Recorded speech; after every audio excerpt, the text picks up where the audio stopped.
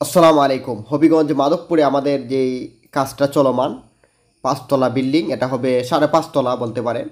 যেমন ৫ তলা ছাদ করে তারপর অর্ধেকটা ছাদ ৬ তলা পর্যন্ত করা হবে এবং পিছনের অর্ধেকটা জায়গা খালি থাকবে। তো আজকে ৪র্থ তলার যেই কাজটা, এই রড বাঁধার কাজ শেষ করা হয়েছে। ইনশাল্লাহ আগামীকালকে আমরা এই ছাদটা ঢালাই করব। তো এখন এই বিল্ডিংটা হইল ৩৫০০ স্কোয়ার ফিটের মাঝে করা। তো যাদের ওইরকম একটা ৩৫০০ স্কোয়ার ফিটের মাঝে ৮টা ইউনিট করা হয়েছে, কারণ এইখানে হইল ইন্ডাস্ট্রিয়াল এলাকা। এখানে দেখা যায় যে ছোটো ছোটো ইউনিটগুলো বাড়া হয় বেশি। প্রত্যেকটা ইউনিটে একটা করে বেডরুম, একটা ডাইনিং স্পেস, একটা বাথরুম, একটা কিচেন রুম। এবং এখানে মূলত ৩৫০০ স্কোয়ার ফিট জায়গাটা। আর যদি শতাংশে হিসাব করেন তাইলে প্রায় ৮ শতাংশ জায়গা। এখানে জায়গাটা আমাদের যে বিল্ডিংটা করা হয়েছে, এখানে ৪৯ ফিট পাশে এবং লম্বায় করা হয়েছে ৭২ ফিটের মতো, একেবারে বারান্দা সহ। তো এখন কথা হইল, যদি এরকম একটা বিল্ডিং করতে চান, আপনি ফাউন্ডেশন হয়তো একটু কম দিতে পারেন বা বেশি দিতে পারেন, কিন্তু এটা হইলো যে আপনার বুঝতে হবে যে কোন জায়গায় কি পজিশনে বাড়াটা চলে।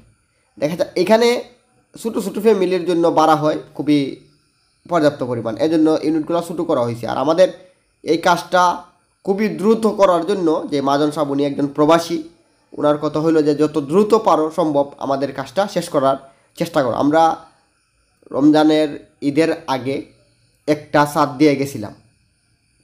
রমজানের যে ঈদ ছিল, রমজানের ঈদ, এই রোজা ঈদের আগে একটা ছাদ দিয়ে গেছিলাম, কিন্তু রোজা ঈদের শেষে আমরা কাজে আইসা এই পর্যন্ত কুরবানির ঈদের আগ পর্যন্ত আমরা 3টা ছাদ দিছি। যেমন চিন্তা করেন আপনি যে দ্বিতীয় তলা, তৃতীয় তলা এবং চতুর্থ তলার ছাদটা আমরা দিছি মাত্র 2 মাসে। আমরা পুরোপুরি 2 মাসও কাজ করি নাই, এর ভিতরে কিন্তু 3টা ছাদ দিছি। এখন কথা হইল যে যদি দ্রুত কাজটা কেউ করাইতে চান, তো অনেকে আছেন যে আপনার কাজটা অনেক দ্রুত করানোর প্রয়োজন। দেখা যায় হয়তো অনেকের সময়ের অভাবে বা আপনার কোনো কারণে দেখা যায় অনেকের খরচটাও কিন্তু, যাতে আপনার অনেক সময় দেখা যায় যত আপনি বিলম্ব করবেন কাজটা, যত এই লেট করবেন অত কিন্তু খরচও বেশি হয়। তো সেই ক্ষেত্রে ওনার কথা হলো যাতে দ্রুত আপনারা কাজটা শেষ করতে পারেন, এজন্য দেখা যায় আমরা 2টা শাটারিং ম্যানেজ করছি। দেখা যায় যে এই তৃতীয় তলার ছাদও একটা শাটারিং দিছি, চতুর্থ তলার ছাদও আরেকটা শাটার আমরা ব্যবস্থা করিয়া তারপর ছাদ ঢালাইয়ের কাজটা শুরু করছি। তো এখন বর্তমানে আমাদের যে এখানের ফাউন্ডেশনটা এই 6 তলা ধরতে পারেন। 6 তলা ফাউন্ডেশনের জন্য কোনো ফাইলিং করা হয় নাই। যদি মাটি ভালো হয়, আপনারা যদি সয়েল টেস্ট করে দেখেন যে মাটিটা ভালো, নিচে আপনার অনেক ভালো ফাইলিং, এখানে কিন্তু 6 তলা বিল্ডিং পর্যন্ত করা যায় ফাইলিং ছাড়া। তো এটা মাটি কাইটা তারপর।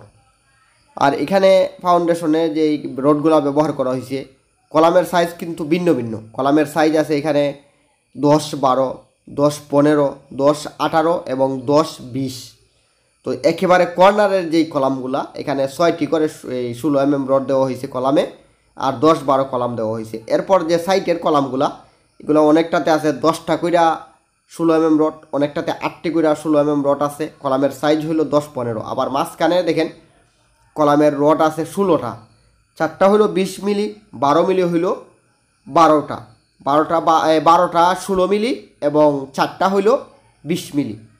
তো এখানে হইল যে আপনার একটা ড্রয়িং যখন করেন, অনেকেই বলেন আমাকে যে ভাই আমি 5 তলা ফাউন্ডেশন দিয়ে বিল্ডিং করবো, আমি কলামের সাইজটা কত দিতে পারি বা আমার বেসটা কত দিতে পারি। দেখেন আপনি 5 তলা ফাউন্ডেশন করেন আর আপনি কোনো ডিজাইন করেন না, তাইলে কিন্তু আপনার নিজেরই ক্ষতি হবে। এজন্য বলি যে আপনি বাড়ি করার আগে আগে প্ল্যানিং করেন, আপনি কিভাবে করতে চান। আপনি আগে বুঝেন যে আপনার বাড়িটা আপনি কীভাবে তৈরি করতে চান। অনেকে আছেন যে বাড়ি করার পরে কিন্তু পস্তান। আমরা অনেক সময় অনেক জায়গায় অনেকভাবে চিন্তা বা অনেকের সাথে আমরা যেহেতু এই কাজগুলা করি অনেক দিন যাবৎ, বা এই বিষয়ে আমরা কিন্তু যেটা বুঝি যে আপনারা অবশ্যই আগে ভেবে চিনতে আপনি কি কাজটা করতে চান। আপনি আপনার মিস্ত্রির সাথে আপনি আলোচনা করতে পারেন, আপনি ইঞ্জিনিয়ার সাথে আলোচনা করতে পারেন। আপনি ভিতরে ভিতরে কোনো কিছু রাইখা যদি আপনি কোনো কিছু করেন, তাহলে কিন্তু যে আপনার অনেক বড় ক্ষতি হয়ে যাবে। এজন্য বলি যে আপনি বিল্ডিং করার আগে সিদ্ধান্ত নেন আপনি কাজটা কীভাবে করতে চান। অনেক সময় দেখা যায় রুমগুলো একটু ছোটো হয়ে যায়, তো সেই ক্ষেত্রে দেখা যায় মহাজন অনেকবার বলেন যে ভাই আমি আর আগে বুঝি নাই, ড্রয়িংয়ের আগে বুঝি নাই, রুমগুলো একটু ছোটো হয়ে গেছে। তো এখানে যে আপনার ইউনিটগুলো দেখেন, প্রত্যেকটা ইউনিট আলাদা আলাদা সেপারেট করা আছে। তো ধন্যবাদ সবাইকে, ভালো থাকবেন। আর নিয়মিত আমাদের ভিডিওগুলো যদি দেখেন, এই ভিডিওর থেকে কোনো না কোনো আইডিয়া অবশ্যই পাবেন। তো আমাদের একটা বাজেট হইলো যে এই বিল্ডিংটা শেষ করার জন্য প্রায় 3 কোটি টাকার মতো। এখন বাকিটা আল্লাহ পাক জানেন যে কত টাকা লাগবে।